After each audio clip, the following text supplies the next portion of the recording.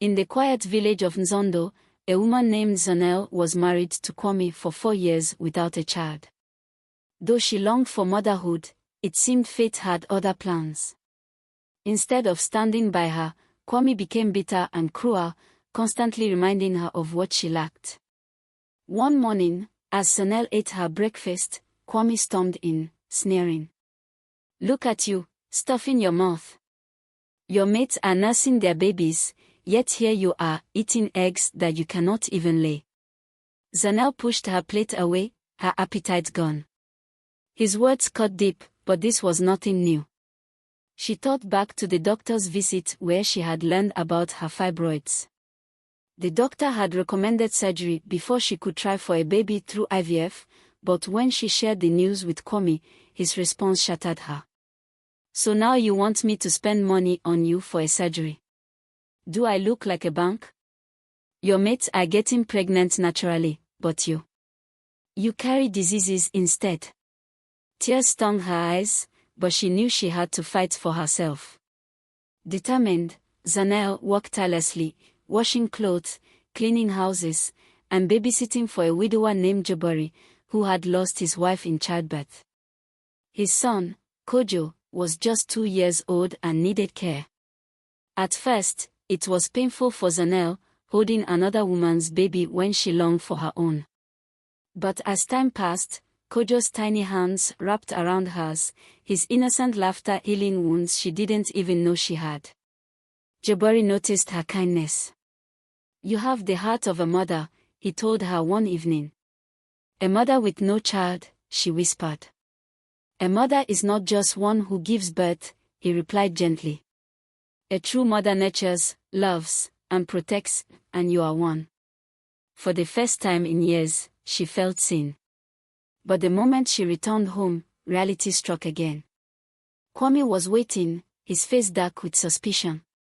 "Where are you coming from?" he demanded. "From work," she answered. "Work? You mean from another man's house?" Zanelle frowned. "What are you talking about? Don't play innocent. You spend all day in Jabari's home, looking after his son. Maybe if you focused on me, you'd have a child of your own." Zanelle took a deep breath. "I work so I can afford my surgery, the IVF." Kwame cut her off. "I will not have my wife running around for another man. Quit that job immediately." "Quit and do what? Sit here and listen to your insults every day," she snapped. Kwame's eyes darkened. "If you don't leave that job, then pack your bags and leave my house." Zanelle felt her heart sink. She had sacrificed everything, yet it was never enough. She considered quitting until Jabari doubled her salary. But when she got home, she was met with a devastating sight. A strange woman sat comfortably on her couch, rubbing her visibly pregnant belly. Kwame stood beside her, arms crossed. "This is Oma," he said coldly. "She's carrying my child." Zanelle's breath caught in her throat. "Your child?" "Yes," he said proudly. "Since you failed me as a wife, I found someone else. A complete woman, not one with a cursed womb." Zanelle's vision blurred.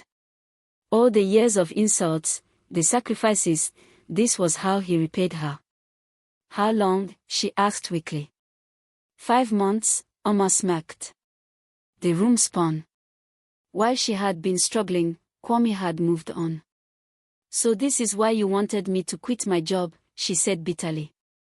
Kwame's eyes burned with anger as she pulled out her phone and called Jabari. Right there in front of him, she accepted the job offer. Furious, Kwame threw her out of the house. Amma sat back, watching like she had won. With nowhere else to go, Zanelle arrived at Jabari's house. When she told him everything, he didn't hesitate to offer her a place to stay. For the first time in years, she felt safe. She had spent too long suffering for a man who never valued her. Months passed, and the day of her fibroid surgery arrived. Jabari held her hand as she was wheeled into the theater. Everything was going as planned until the doctors made a shocking discovery. She's in labor, one of them exclaimed. Confusion spread across the room. Labor, another doctor repeated in shock. The lead surgeon stared at the scan. This isn't just fibroids. She's been carrying a baby all along. Zanelle, barely conscious, felt pain shoot through her abdomen before everything went black. Hours later, she woke up to the soft cries of a newborn. Turning her head, she saw Jabari holding a tiny baby. Zanelle, he said softly, you have a daughter. Tears streamed down her face. A daughter? Jabari nodded, his eyes full of warmth. Yes. The fibroids hid your pregnancy. It's rare, but it happened. Zanelle sobbed as she cradled her baby. All the years of shame and pain, none of it mattered anymore. Across town, Kwame's world crumbled. The son he had left his wife for was stillborn. The child he had thrown Zanelle away for had died before taking his first breath. The whisper spread like wildfire. The woman everyone mocked had given birth to a miracle baby, while the man who shamed her was left empty-handed. Broken and ashamed, Kwame went to beg for forgiveness. Zanelle, I know I don't deserve it, but please. I was a fool. Zanelle looked at him, the man who had once crushed her spirit. You want my forgiveness, Kwame? You already got it the day you threw me out. That day, I decided you would no longer have power over my happiness. But forgiveness does not mean a second chance. Kwame's face twisted in agony. He had lost her forever. As he walked away in defeat, Zanelle turned to Jabari, who smiled at her. You okay? He asked. For the first time in years, she truly meant it when she nodded. As time passed, she and Jabari fell in love. Unlike Kwame, he was patient, kind, and supportive. Slowly, she let herself love again. Their children, Kojo and Zubaida, became inseparable, as if fate had planned their story long before. Zanelle had finally found what she had always deserved: love, peace, and happiness.